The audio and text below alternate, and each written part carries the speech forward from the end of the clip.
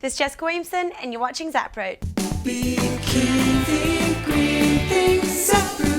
Chickens are all over the news lately, so it's time for a chicken roundup. First of all, a round of applause is due to all the folks in California that just passed Prop 2, which mandates more humane living conditions for chickens. It passed with 63% of the vote too. And if you want your chicken to feel as cool as one of those old iMacs, check out the Igloo. It's a super cool chicken coop with a door on the side so you can reach right in and grab breakfast. On the downside, it seems like we've managed to breed about half of the genetic diversity out of the chicken population. Today's commercial broilers all descend from 3 lines of chickens, and poultry raised for eggs only come from 1 line. That makes the entire population much more prone to disease. And disease is what our good friends at Tyson Chicken had on their mind when they decided to start injecting antibiotics into unhatched eggs. The problem is, those same chickens get an antibiotic-free label before coming into your store. And Tyson claims that the chickens aren't technically chickens until 2 days after they're born. So inside the egg is fair game.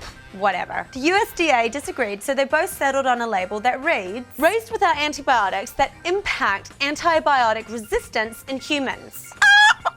Thanks guys, you've now made buying chicken even more complicated than it already was. So instead of the decision-making process, we're now going to label it the method to which we come to a conclusion based on multiple points of information using the Hegelian dialectical method. There, now everybody understands perfectly, right? Want some free stuff? Well, buygreen.com is looking to give it to you. Sign up on our community site, add a blog entry. You can use pics and videos, and the best blog entry this week will receive this. Sponsored by buygreen.com. And don't forget, there's a link in our show notes.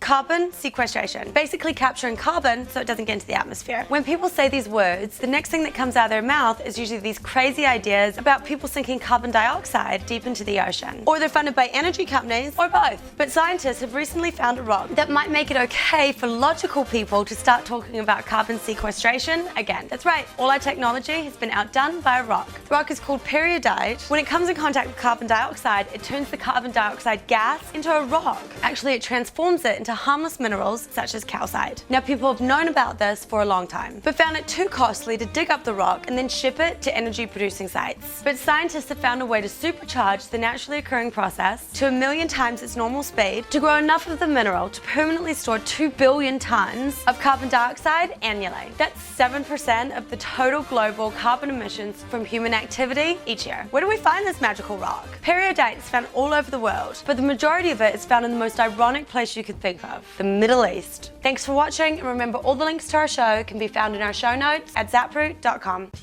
So much of the process of blogging is taking pre-existing pieces of media, like linking to something and then adding your idea on top of it. So I think a lot of stuff that happens in new media sort of comes out of that hip-hop creative process. VPC TV is brought to you by ASUS and Intel. You dream it, ASUS builds it, Intel inside.